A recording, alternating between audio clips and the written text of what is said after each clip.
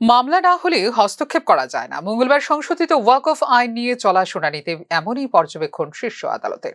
এদিন দেশের প্রধান বিচারপতি বি আর গাভাই ও বিচারপতি এজি মাসিহার বেঞ্চে ছিল মামলার শুনানি। সংশোধিত ওয়াকফ বিল আইনে পরিণত হওয়ার পর এর বিরুদ্ধে শীর্ষ আদালতে দায়ের করা হয় একাধিক জনস্বার্থ মামলা।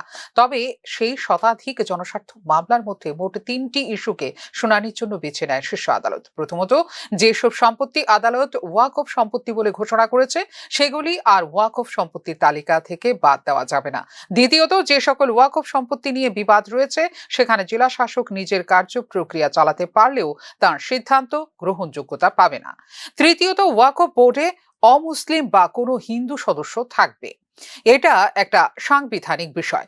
আদালত সাধারণভাবে সেখানে হস্তক্ষেপ করতে পারে না যতক্ষণ না নির্দিষ্ট কোনো মামলা হচ্ছে। মঙ্গলবার শুনানি চলাকালীন সময়ে নিজের পর্যবেক্ষণে জানিয়েছেন দেশের প্রধান বিচারপতি। এদিন গোটা শুনানি পর্বে মামলাকারীদের আইনজীবী কপিল সিব্বল ও প্রধান বিচারপতির মধ্যে হয় জোর বিতর্ক। সংশোধনী ওয়াকফ আইন সংবিধানের অনুচ্ছেদ 14, 25, 26 কে লঙ্ঘন করছে। এই আইন ওয়াকফ সম্পত্তিকে রক্ষা করার জন্য, কিন্তু ওয়াকফ সম্পত্তি দখল করার জন্য সংশোধনী আইনটি তৈরি করা হয়েছে। ওয়াকফ দানের সম্পত্তি, এটি অন্য কাউকে হস্তান্তর করা যায় না।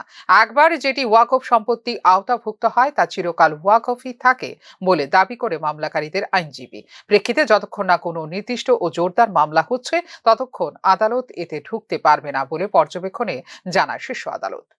ফিউরো রিপোর্ট, নিউজ নাও।